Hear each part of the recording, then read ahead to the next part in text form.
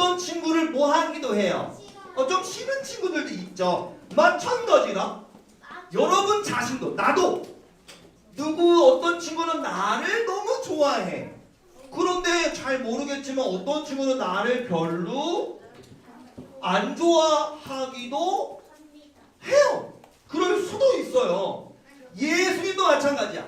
우리는 예수님을 사랑하는 어린이들이지만 예수님이 이 땅에 계실 때 예수님을 너무너무 좋아하는 사람들도 있었고 예수님을 별로 뭐 어떻게 좋아하지 않고 싫어하고 미워하는 사람도 있었어요.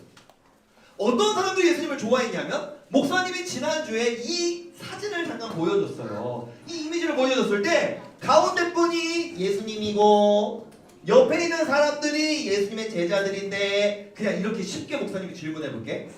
예수님과 예수님 주변에 있는 사람들이 부자 같아요? 가난한 사람 같아요? 가난해 보여요? 왜 가난해 보여요? 옷이 그러니까. 오 맞아. 옷이 보니까 좀 저렴할 것 같아. 바자회에서 이렇게 살 수 있을 것 같은 옷이고 자세히 보면 신발도 조금 그렇게 좋은 신발 같지 않아요? 여러분 예수님이 이 땅에 계실 때 예수님을 좋아했던 사람들의 대부분은 가난한 사람들이에요. 그리고 또 어떤 사람들이 예수님을 좋아했냐면 왼쪽에 이 사람은 어떤 사람일 것 같아? 여러분 성경 이야기 아는 친구들 많이 있잖아요. 어떤 사람일 것 같아? 눈이 아픈 사람, 눈이 안 보이는 사람. 봐봐. 몸에 어딘가가 아픈 사람들이 예수님을 좋아했다? 왜? 예수님께 내가 아픈 걸 가지고 나아가면 예수님 뭐 해주실 것 같으니까. 눈이 안 보이는 사람은 예수님을 만나면 뭐 할 수 있을 것 같아? 눈을 뜰 수 있을 것 같아. 만약에 걷지를 못하는 안진뱅이인 사람은 내가 뭐 할 수 있을 것 같아? 일어날 수 있을 것 같아. 근육이 다 뭉치고 굳어갖고 몸이 움직여지지 않는 중풍병자들은 어떻게 할 것 같아? 움직일 수 있을 것 같아. 심지어 내 사랑하는 딸이나 아들이 병들어 있어. 엄마 아빠의 마음이 찢어져. 그래서 예수님께 찾아오면 예수님은 내 아들 딸을 뭐 하실 수 있을 것 같아? 살리시고 낫게 하실 수 있을 것 같아. 그래서 삶에 문제가 있는 사람들이 예수님을 많이 찾아왔어요. 옆에 있는 사람은 누구냐면 아내 아니고 여자. 놀랍게도 예수님 시대에는요 남자보다 여자가 별로 더 낮은 존재라고 생각했어요. 여자들을 무시하고 여자들은 별로라고 생각했던 시대였어요. 게다가 이 여자는요 그 많은 여자들 중에서도 모든 마을과 동네에서 따돌림을 받는 여자였어요. 너무 속상하고 마음이 아프고 삶에 문제가 있고 가슴이 아픈 사람들이 예수님을 좋아하고 예수님을 찾아오고 예수님을 따랐어. 그런 사람들이 예수님 좋아했어. 근데 반대로 어떤 사람들이 예수님을 싫어했냐면 오늘 본문에는 예수님을 싫어했던 사람들이 등장합니다. 누군지 읽어봅시다. 세 그룹을 목사님이랑 같이 읽어볼 거예요. 빨간색 읽으면서 시작. 대제사장들과 율법학자들과 장로들이 예수님께 왔죠. 목사님이 세 그룹이라고 그랬어요. 첫 번째 그룹은 누구? 대제사장. 두 번째 그룹은 누구? 율법학자. 세 번째 그룹은 누구? 장로들이 뭐 했대? 예수님께로 왔대. 그럼 여러분 봐봐. 누군가가 나에게 왔어. 근데 나를 좋아해. 화유라 놀자. 이거는 뭐야? 화유리를 좋아해서 놀고 싶어서 온 거지. 근데 어떤 사람이 누군가를 싫어해서 가온이 나랑 싸우자 이러고 올 수도 있는 거잖아. 이거는 싫어하고 미워하는 사람이 찾아온 거지. 이 사람들이 예수님께 왔어요. 예수님을 좋아해서 아니면 싫어해서? 자, 아까 예수님의 제자들 사진 기억나죠? 그러면 이번엔 이 사진을 한번 보세요. 대제사장들을 인터넷에서 검색하면 어떤 사진이 나오냐면 짠! 이런 사진이 나와요. 보세요. 아까 그 사람들이랑 비교했을 때 부자 같아요? 가난한 사람들 같아요? 부자 같죠? 뭔가 머리에 뭐 이렇게 깨끗한 천도 이렇게 하고 있고 가슴에는 뭔가 이런 게 있는데 막 보석들도 있고 막 되게 흐뭇하게 이 당시 대제사장들과 율법학자와 장로들은요 예수님 당시에 하나님을 가장 열심히 믿는다고 생각했던 사람들이었어요. 근데 그 사람들이 예수님이 나타나니까 예수님이 너무 싫었어. 그러면서 이렇게 왜 싫었냐면요. 두 가지 때문에 예수님을 싫어했는데 첫 번째는 이 사진을 봐봐. 예수님이 계시지. 예수님이 사람들에게 뭐 하고 계시는 것 같아? 그렇지. 말씀.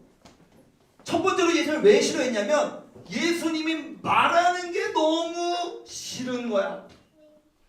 예수님이 말만 하면 우리를 부끄럽게 해. 이 시대에 하나님을 믿는 사람들은 다 잘못됐다. 왜 가난한 사람들을 돌보지 않고 지들이 오히려 사람들이 하나님께 헌금한 것들로 잘 먹고 잘 살려고 하느냐 이렇게 얘기하고 왜 가식적으로 신앙생활 하느냐 하면서 예수님이 잘못을 너무나 많이 지적하니까 사람들이 예수님을 싫어했어. 특히 종교적으로 존경을 받고 높은 사람이라고 생각했던 사람들이 더 예수님을 싫어했어. 우리를 부끄럽게 만들고 우리를 민망하게 만들고 사람들이 우리를 의심할까봐 무서워지게 했어. 그 예수님이 이렇게 사람들한테 말씀을 하니까 이 사람들이 맞아 하니까 아까 말했던 대제사장들과 율법학자와 장로들이 예수님을 싫어했어. 두 번째로, 첫 번째는 예수님의 말 때문에 예수님을 싫어했어요. 두 번째는 예수님이 지금 뭐 하고 계시는 것 같아? 성전을 뒤집어 엎고 계시는데 두 번째는 예수님의 행동 때문에 예수님을 싫어했어요. 그러니까 다 싫은 거지. 예수님 말도 싫고 예수님의 행동도 싫고 예수님이 하는 행동마다 다 너무 싫은 거예요. 예수님은 하는 행동마다 가난한 사람을 만나시고 또 교회 안에서 종교 기득권을 가진 사람들이 장사해서 돈을 많이 버는 게 화가 나셔서 그 교회를 다 뒤엎으시고 그런 모습 하나하나가 다 너무너무 싫었어요. 그래서 어느 날 이 아까 말했던 우리 대제사장들과 율법학자와 장로들이 예수님을 찾아와서 이렇게 말을 한 거예요. 빨간색 글씨 읽어볼게요. 시작. 당신이 무슨 권한으로 이런 일을 하는 것이요? 누가 당신에게 이런 권한을 주었소? 이렇게 물어줘. 다시 말하면 이거를 이 긴 두 줄을 목사님이 딱 4글자로 줄여줄게요. 따라해보세요. 나쁜 말이지만 따라해보세요. 네가 뭔데? 한 번 더. 네가 뭔데? 이렇게 얘기하고 대제사장들과 율법학자와 장로들이 예수님께 와서 딱 이 4글자를 말하면 네가 뭔데? 내가 말하고 있잖아. 네가 뭔데? 예수님한테 네가 뭔데? 이런 말을 해. 네가 뭔데? 이런 행동을 해.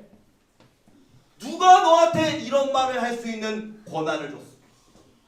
누가 너한테 이런 말을 할 수 있는 이런 행동을 할 수 있는 권한을 줬어? 라고 하면서 그 당시에 힘이 많은 사람들이 예수님을 찾아와서 얼굴을 이렇게 하면서 무섭게 물어보고 협박하고 괴롭히려고 했어. 오늘 본문에서 예수님은요 이 사람들이 지금 예수님을 좋아해서 찾아온 거예요? 싫어해서 싸우려고 막 그렇게 찾아온 거예요? 싫어해서 싸우려고 찾아온 거니까 아무리 좋은 말로 대답을 해봤자 어차피 싸우게 되겠지. 그래서 오늘 본문에서는 예수님이 굉장히 지혜롭게 이렇게 말씀하셨어요. 빨간색 글씨 시작. 내가 무슨 권한으로 이런 일을 하는지 말하지 않겠다. 예수님은요 일단 대답하지 않겠어. 난 말 안 해. 이렇게 얘기했어. 여러분 우리가 학교에서 생활하다가 어떤 친구가 나랑 싸우고 싶어서 시비를 걸려고 찾아왔을 때는 예수님이 하셨던 이 지혜로운 행동을 기억하세요. 그 친구가 나한테 싸우려고 할 때 굳이 우리가 야 나한테 싸우려고 해? 시비 걸어? 이렇게 하면 더욱 큰 싸움이 나니까 그냥 예수님처럼 나 너랑 말 안 해. 너 나 미워해서 시비 걸려고 싸우려고 오는 거잖아. 나 너랑 말 안 해. 그냥 이렇게 얘기하는 게 굉장히 지혜로운 일이에요. 예수님이 그래서 이 사람들과는 굳이 이 자리에서 다투지 않으려고 얘기하지 않으셨지만 다른 본문에서는 예수님이 이 사람들에 대한 이 사람들의 질문에 대해서 답변하신 적이 있어요. 예수님이 왜 이런 말을 하고 예수님이 왜 이런 행동을 하셨는지 요한복음에서 예수님은 이런 말씀을 하셨다. 빨간색 글씨 읽어볼게요. 시작. 나를 보내신 아버지께서 무슨 말을 해야 할지 또 어떻게 말해야 할지를 내게 명령. 자 보세요. 여러분 보세요. 예수님이 내가 왜 이런 말을 한대? 가난한 사람들을 도와주어라. 잘 보세요. 내가 한 말은 내 스스로 한 말이 아니다. 예수님이 가난한 자를 도와주어라. 사람들을 괴롭히지 말아라. 헌금을 함부로 쓰지 말아라. 기도하면서 금식하면서 가식적으로 하지 말아라. 이런 말들을 많이 하셨는데 봐봐. 이렇게 내가 한 말은 내가 스스로 한 말이 아니다. 그러면 무슨 예수님이 하신 말씀이잖아요. 예수님이 한 말이 아니면 뭐예요? 뒤에 설명하는 나를 보내신 누가? 아버지께서 내가 무슨 말을 해야 할지 또 어떻게 말해야 할지를 내게 명령하셨다. 그러니까 다시 말하면 예수님이 하시는 모든 말씀은 누가 말씀하셨기 때문에 말씀하신 거예요? 하나님이 말씀해 주신 것을 예수님이 말씀하신 거예요. 그럼 예수님은 왜 그런 행동을 하셨을까? 죄인들과 어울리시고 지난번에 우리가 배웠지만 배고파하는 사람들에게 계속 먹을 거를 주고 싶어 하시고 아까 그림에서 본 것처럼 성전에서 장사하는 사람들 때문에 이 테이블을 이렇게 하시고 왜 예수님은 이런 행동을 하셨을까? 읽어봅시다. 시작. 아버지께서 내게 명하신 대로 내가 예수님은 왜 그런 행동을 하셨대? 하나님이 명령하셨기 때문에. 여러분 예수님 믿는 사람들은 하나님을 믿는 사람들은 성경을 읽는 사람들은 뭘 따라 살아가는 사람들이에요? 하나님의 말씀. 우리는 뭘 말해야 돼요? 하나님이 우리에게 말씀해 주신 것을 말해야 돼요. 우리는 뭘로 행동해야 돼요? 하나님이 우리에게 명령하신 걸로 행동해야 돼요. 예수님이 어느 정도 하나님의 명령에 순종하셨냐면 이 그림은 우리 너무 잘 알고 있지. 기독교에서 가장 유명한 그림이니까. 어떤 그림이에요? 예수님의 하나님이 예수님한테 어떤 명령까지 하셨냐면 이 세상의 모든 사람들의 죄를 대신해 네가 죽어라. 이렇게까지 말씀하셨는데도 예수님은 하나님의 명령에 순종해서 죽으셨어요. 여러분 예수님이 십자가에 못 박혀 죽으실 때 어떤 마음이셨을까요? 1번 너무 재밌었다. 와 십자가 너무 재밌겠다. 내일 못 박히겠지? 못으로 찔리는 느낌은 얼마나 어떤 느낌일까? 너무 재밌어. 간지럽지는 않을까? 재밌. 2번 즐겁고 신났다. 내일 겟세마네 동산에 올라가갖고 막 여기 내일 막 그 갈보리 산에서 막 십자가 높이 올라가서 밑을 내려다 보면 밑에가 너무 귀엽고 예쁘겠지? 여러분 예수님의 감정 과정을 우리가 어떻게 볼 수 있냐면요. 예수님이 십자가에 못 박히시기 전날 밤에 뭐 하셨냐면 예수님이 기도하셨는데 겟셋마네 동산에서 기도하셨는데 이 그림을 보면 예수님이 기뻐 보이고 즐거워 보이고 소풍 가기 전날처럼 설레어 보여요? 아니면 괴로워 보여요? 괴로워요. 예수님은 십자가에 못 박히시기 전날 밤에 괴로워하셨어요. 산에서 으아 아버지 하면서 십자가를 안 질 수만 있다면 안 지게 하여 주옵소서 하면서 우셨어요. 괴로우셨어요. 두려우셨어요. 하지만 내 마음은 하기 싫어. 근데 누가 명령하셨습니까? 하나님이 명령하셨으니까 아버지 그러나 저는 하고 싶지 않지만 아버지가 원하신다면 저는 하겠습니다. 이렇게 하면서 예수님이 십자가를 지신 거예요. 예수님을 따르는 삶은 내가 하기 싫어도 무섭고 두려워도 하나님의 말씀과 명령을 따르는 삶이에요. 목사님 여러분에게 이분의 이야기를 마지막으로 들려주고 싶은데 이분은 목사님이신데 목사님 이름을 적어왔죠. 뭐예요? 주기철 따라해보세요. 주기철 목사님. 우리나라 기독교 역사에서 굉장히 유명하신 분인데요. 우리나라가 과거에 되게 나쁜 나라가 우리나라 괴롭혀갖고 우리나라의 모든 국가의 권력을 뺏어간 적이 있었지. 누구야? 일본! 일본이 우리나라의 권력을 뺏어갔을 때 기독교를 믿는 사람들한테 이렇게 얘기했어. 야! 모든 사람들한테 너네 기독교 믿냐? 너네 예수 믿어? 예수 믿지 말고 일본이 신으로 섬기는 그런 신당에서 그 신들에게 절해. 하나님 믿지 말고 예수님 믿지 말고 십자가 걸어놓고 예배드리지 말고 신사참배라고 말을 하는데요. 일본에서 믿는 신들에게 절해? 이렇게 얘기했어. 그러면서 여러분들한테 막 협박해. 때릴 거야?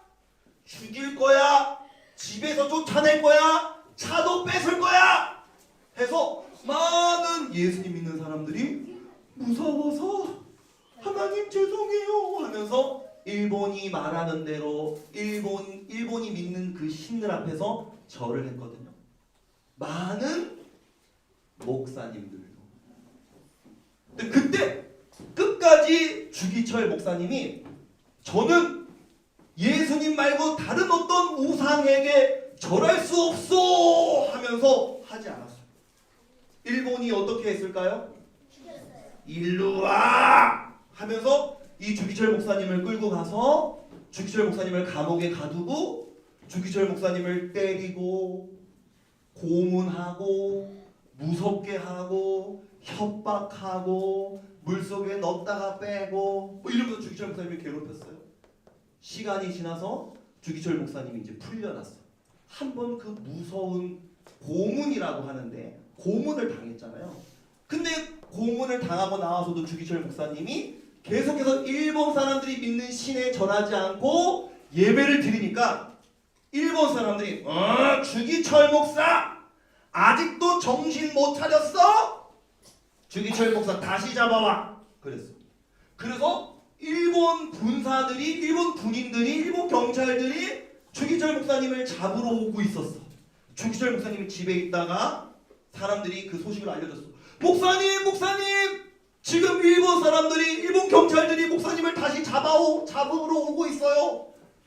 이걸 말하고 싶은 거예요. 이 결론이에요. 주기철 목사님이 어떻게 반응하셨을까? 그래? 감옥에 갇히지 뭐. 일어나서 죽으러 가자 이러셨을까? 얘들아 봐봐. 예수님 잡아봐봐. 예수님도 십자가에 못 박히시기 전날 밤 어떻게 했다고요? 무서워하고 두려워하셨어. 주기철 목사님이 집에 있는 옛날 집에는 동글동글한 기둥들이 있었대요. 우리나라 막 옛날 시대니까 그 집에 있는 기둥을 붙잡고 벌벌벌벌 떨면서 옆에 있는 아내와 자식들에게 여보 나 좀 살려줘 하면서 막 무서워서 벌벌벌벌 떠셨대.